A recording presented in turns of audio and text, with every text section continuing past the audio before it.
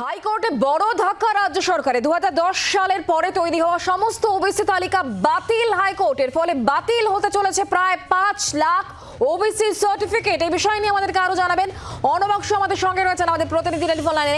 অর্ণবাংশু, কি খবর এই বিষয়ে?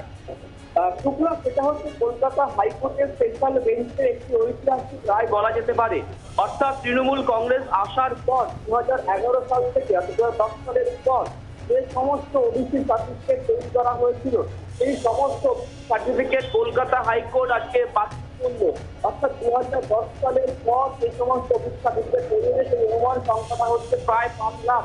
সেটা সবটাই বাতিল হবে।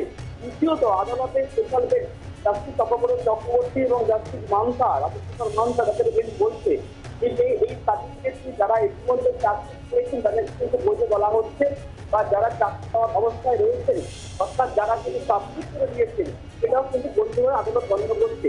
এই ক্ষেত্রে বাদ দিলে সমস্ত সার্টিফিকেট থেকে বাদ করা মানে 2010 সালের পর ওবিসি সংরক্ষণে যারা চাকরি পেয়েছেন তাদের চাকরি বহাল থাকছে, তাদের চাকরি বহাল থাকছে এবং যারা চাকরি পেতে চলেছেন সমস্ত প্রসিডিওর কমপ্লিট তাদেরকেও কিন্তু বহাল থাকছে। শুধুমাত্র বৈধ হচ্ছে 2010 সালের আগে উচ্চ ওবিসি সার্টিফিকেট তাদেরকে বৈধ এবং বলা হচ্ছে West Bengal backward class commission act 96 এই অনুযায়ী নতুন তালিকা তৈরি করতে হবে কমিশনকে। সেটা কিন্তু কমিশন তৈরি করার পর সেটা কিন্তু আবারও এটা বিধানসভা চূড়ান্ত সিদ্ধান্ত বেশ করে সিদ্ধান্ত নিতে হবে। এছাড়া এই আর উপায় নেই। শুধুমাত্র যারা চাকরি পেয়েছে তাদের ক্ষেত্রে নিরাপত্তা দেওয়া হয়েছে তা বাদ করে কিন্তু সমস্ত ওবিসি সার্টিফিকেট বাতিল করে কলকাতা হাইকোর্টের সিদ্ধান্ত তৈরি।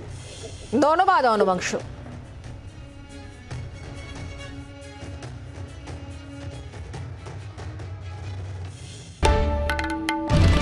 বাংলার আওয়াজ, বাঙালির আবেগ, জি 24 ঘন্টা।